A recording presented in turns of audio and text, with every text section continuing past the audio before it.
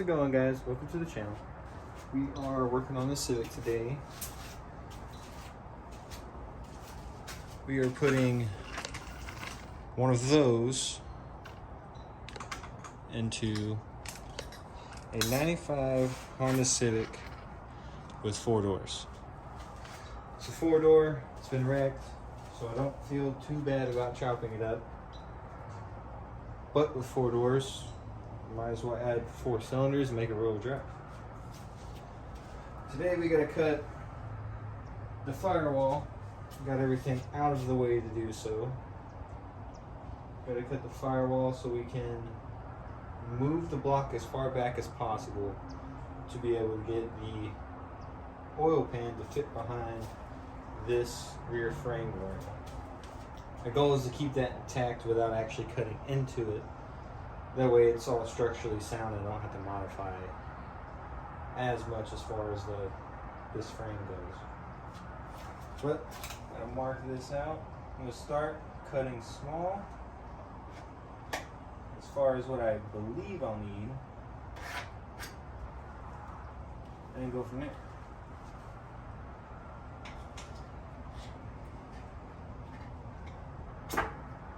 Use a Sharpie for this.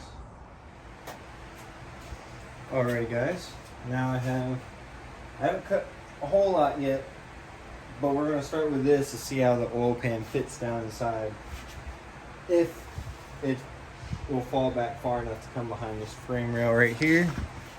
This is what I'm talking about, is this back rail right here. Granted, I could cut a notch in it and box it, but if I can keep it as stock or original as possible, I'd like to do that just for time's sake. And I want the motor as far back as possible for weight distribution. So we'll see how that goes.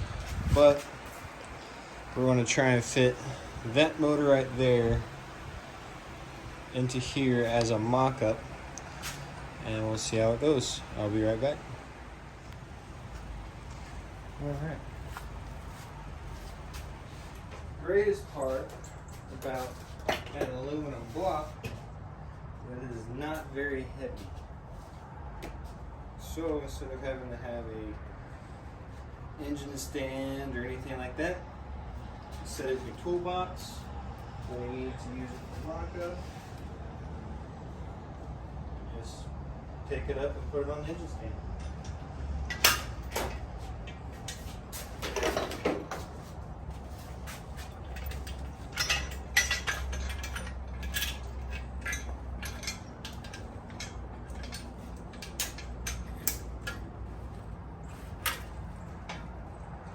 Alrighty, let's get her in here and see how she fits.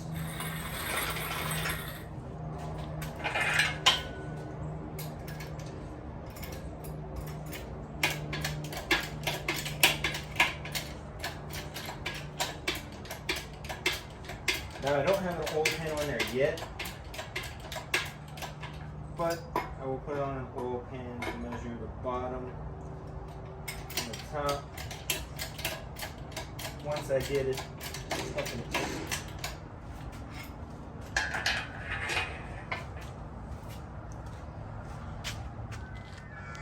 Alright, well, I have the block sitting up on the engine stand. However, before I put the oil pan on the block, I wanted to see how this was going to set in here. Now, we have an issue. This is as far forward as it goes before it hits the bottom of that frame rail. And we don't have enough clearance to the back of the oil pan. So it does look like I might have to notch this frame. But that's fine. It doesn't hurt to just box it up. It might even work better coming a little bit more forward, because we have all of this space to work with. There's plenty of room for radiator, fans, pulleys, all of it. But for now, this is what we're looking at. On this side, I have the upper control arm mounted. This is a subframe out of a 2006 Dodge Charger. These back 2 bolts right here bolted right into the Honda factory spot. Right here and right here. Now, the front doesn't, but that's not too much of a hassle to fix.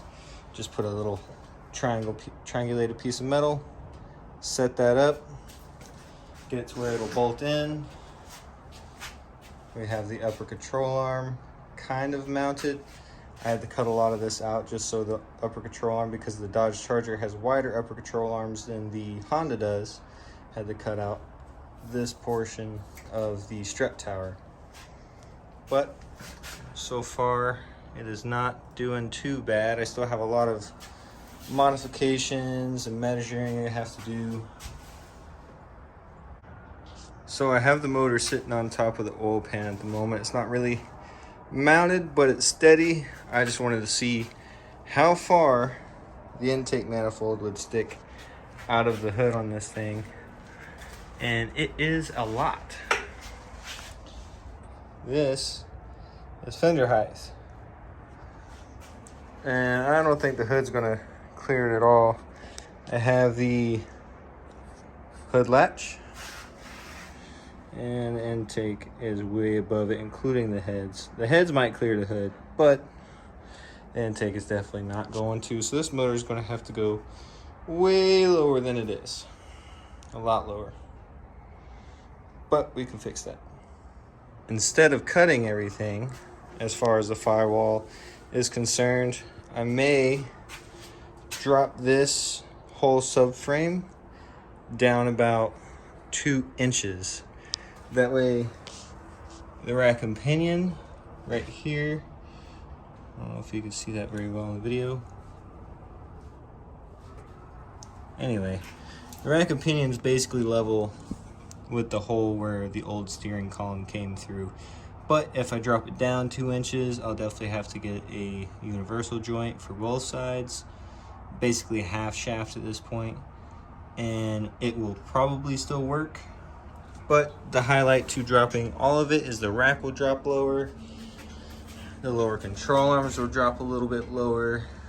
Everything will probably be a lot happier by putting 2 inches worth of space in between the frame rail and the subframe from the Dodge.